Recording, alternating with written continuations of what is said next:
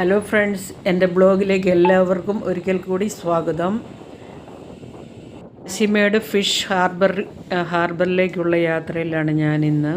ഇപ്പോൾ ഒരു എപ്പിസോഡ് കാണിച്ചിരുന്നു, അതിൻ്റെ ബാലൻസ് ആയിട്ടാണ് ഇത്. ഏകദേശം ഞങ്ങൾ ഹാർബറിൽ എത്തിക്കഴിഞ്ഞു. സൈഡിലും ഫിഷ് ബോട്ടുകളും കടലാണ്. ഫിഷ് ബോട്ടുകളെല്ലാം മാസക്കണക്കിന് പോയിട്ട് തിരിച്ച് വന്ന് ഇവിടെയാണ് വിശ്രമിച്ച് ഇവിടെയാണ് ഇതിൻ്റെ തുറമുഖം. കോസ്റ്റൽ ഏരിയ അല്ലേ, തുറമുഖം ഇതാണ്. കാണാത്ത ആൾക്കാരൊക്കെ ഉണ്ടല്ലോ, അവർക്ക് കാണാൻ വേണ്ടിയാണ് ഞാനിത് ഇടുന്നത്. ഇപ്പം ഇവിടെയുള്ളവരുമായിട്ടൊന്നും സംസാരിക്കാനോ അല്ല അതിനുള്ള കഴിവുകളൊന്നും എനിക്കില്ല. അപ്പം ഞങ്ങൾ കാണുന്ന സീനറീസ് അതുപോലെ തന്നെ യാത്രകളിൽ നിങ്ങൾക്ക് കാണാം, അത്രയും മാത്രമേ ഉള്ളൂ. ഭയങ്കര വെയിലാണ്, നട്ടുച്ച സമയമാണ്. ചെന്നൈയിലെ ചൂടെല്ലാം ഇപ്പം തന്നെ ഭയങ്കര ചൂട് ആരംഭിച്ചു. ഇതൊരു 2 ചുറ്റി വരുമ്പോഴത്തേനും നമ്മുടെ മുഖവും ഇതെല്ലാം വന്ന് ടാണാകും, അറിയാമല്ലോ. ഭയങ്കര കണ്ണ് തുറക്കാൻ മേലാത്ത അതുപോലുള്ള ചൂടാണ് കേട്ടോ. അതുകൊണ്ട് തലയിൽ ഹെൽമെറ്റ് വെച്ചുകൊണ്ടാണ് ഞങ്ങൾ പോകുന്നത്, കാരണം അതുപോലെ വെയിലാണ്. എടുക്കേണ്ടത് കൊണ്ടാണ് ഹെൽമെറ്റ് എടുത്തത് തന്നെ. അല്ല വേറെ ഇത് കണ്ടില്ലേ, ഈ മുട്ടുകളൊക്കെ ഇട്ടിരിക്കുന്നുണ്ടല്ലോ. ഈ കടൽക്ഷോഭം ഉണ്ടാകാതിരിക്കുമ്പോഴത്തേനും അത് തടുക്കാൻ വേണ്ടിയിട്ടുള്ളതാണ് ഈ മുട്ടുകളെ. ഇത് ഈ സിമെൻറ്റും കൊണ്ടുണ്ടാക്കി വെച്ചിരിക്കുന്നതാണ്. ഭയങ്കര വലിയ മുട്ട, ഒരു 2-4 പേരുടെ നീളവും വലിപ്പവും ഉണ്ടെന്ന് തോന്നുന്നത്. അതുപോലെ വലിയതാണ് ഇട്ടിരിക്കുന്നത്. സുനാമി അല്ല വേറെ എന്നാ വന്നാലും പോകത്തില്ലാത്ത രീതിയിൽ. സുനാമി വന്നതിന് ശേഷമാണ് ഇതിങ്ങനെ വെച്ചിരിക്കുന്നത്. വലിയ ഷിപ്പുകളൊന്നും വരുന്ന ഇവിടെയല്ല, അതങ്ങ് മാറിയാണ് കേട്ടോ. ഇത് ഈ മീൻകാർക്കുള്ള ഹാർബർ കാശിമേടുന്ന് തനിയെ മാറ്റിയിരിക്കുന്നതാണ്. അത് ഫിഷ് മാത്രമേ ഇവിടെ, ചെറിയ ചെറിയ ബോട്ടുകൾ മാത്രമേ ഇവിടെ വരികയുള്ളൂ.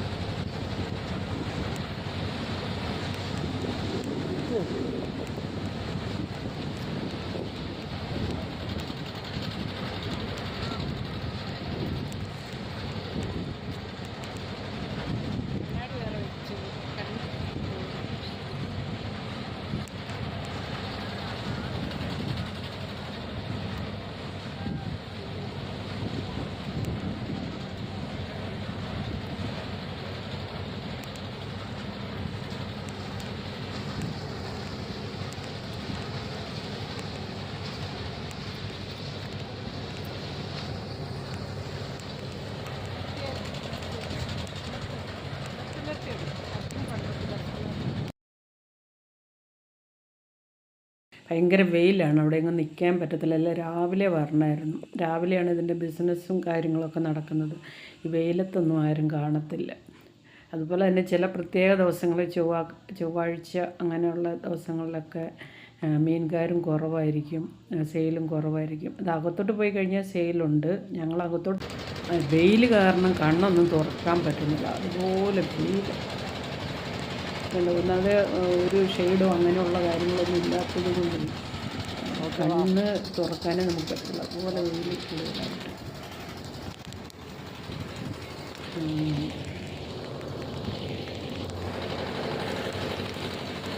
നല്ല ഭംഗിയുണ്ട്. ഇത് വൈകുന്നേരങ്ങളിൽ നെറ്റൊക്കെ വെച്ച് കഴിഞ്ഞ് തലയല്ല വരുന്നത്, അവിഞ്ഞു പോയ കണക്കായി. സാരമില്ല. അപ്പം ഞങ്ങൾ എന്നിട്ട് ഇങ്ങോട്ട് തിരിച്ചു പോയി എന്നോട് ചോദിച്ചു, കൂടെ നടക്കുന്ന ആൾ എന്താണ്. ഏതൊരു സ്ത്രീയുടെയും വിജയത്തിന് പിന്നിൽ ഒരു ആളുണ്ടായിരിക്കുമെന്ന് പറയത്തില്ലേ, അതുപോലെയാണ് ഞങ്ങൾ 2 പേരും. നല്ലൊരു ഫ്രണ്ട്സ് പോലെയാണ് കേട്ടോ. പുള്ളി അത് ഫോട്ടോ ഇടും, ഇത് ഫോട്ടോ ഇടുന്നൊക്കെ പറയുന്നുണ്ട്. പക്ഷെ ഞാൻ അവിടെ ഒന്നും പോകത്തുമില്ല. പുള്ളിയാണ് അതിന് ഉള്ള കാര്യങ്ങളൊക്കെ ചെയ്യുന്നത്. ഞാൻ ഈ മുട്ടിട്ടിരിക്കുന്നത് തന്നെയാണ് എനിക്ക് പ്രത്യേകിച്ചൊരു അതിശയം തോന്നിയത്. നമ്മൾ ഈ അകലെ നിന്ന് കണ്ടിട്ടല്ലേ ഉള്ളൂ. ഇത് അടുത്ത് വരുമ്പം ഭീമാകാരമായിട്ടുള്ള ഒരു ഇതാണ് സാധനമാണ് കേട്ടോ. അയ്യോ, അത് സുനാമിയൊക്കെ വന്നു കഴിഞ്ഞാൽ അതിനകത്ത് കയറി പിടിച്ചാൽ മതിയായിരിക്കും. പോകത്തില്ലത്. അയ്യോ, അതുപോലെ വലിയതാണ് കേട്ടോ.